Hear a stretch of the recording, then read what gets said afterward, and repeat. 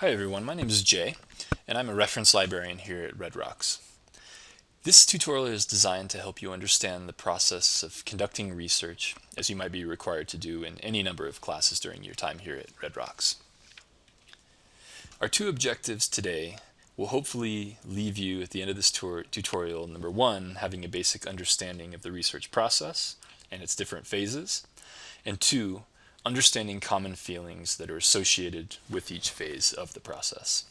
Here's a little flowchart of a generic research process, just so that you get a sense of how this might all work. But be sure to keep in mind that each research project will have its own little quirks and may not be exactly the same as what I show you here. So first you'll want to decide on a broad area of study. This isn't yet the time to get too detailed. The best thing you can do for yourself at this point is to choose an area of study that is personally important or just interesting to you.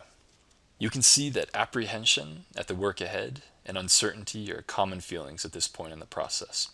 So in other words, it's completely normal to feel this way. So don't feel as if you're doing anything wrong.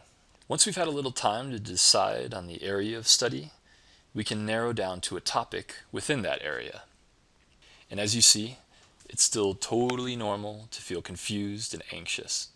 But we also see that it's normal to get a little excited about the task ahead.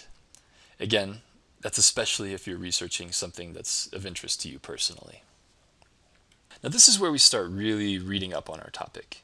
This is also where I'd recommend coming into the library to speak with a librarian about putting together a really solid research strategy. We can help you develop keyword searches and show you the best resources so you don't waste any time with less than desirable resources. As you can see, it's still totally normal to feel some negative vibes about this whole thing, but keep pushing forward. Now, after doing your initial research, you'll finally be getting into a point where you're generating a list of potential questions on which to really focus your research. Note that we've gotten halfway through the research process before we've even decided on our final research question. As we get to this phase, you can see that some more positive feelings are starting to emerge, but we're not quite out of the woods yet. So from our list of potential questions, we need to finally choose one question to focus our research on. And again, you'll see that some more positive feelings are normal here as well.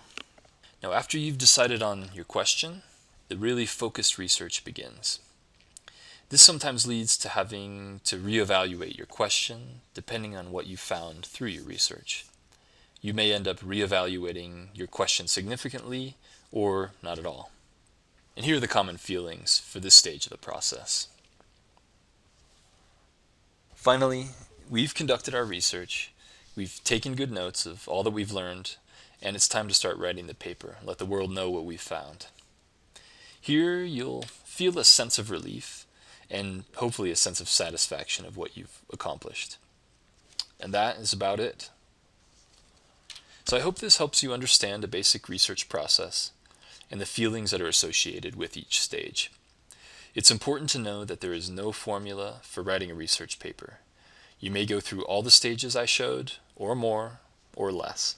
It all depends on the nature of your research. As always, if you ever need assistance, please do not hesitate to contact a librarian. We're here to support you. Thanks.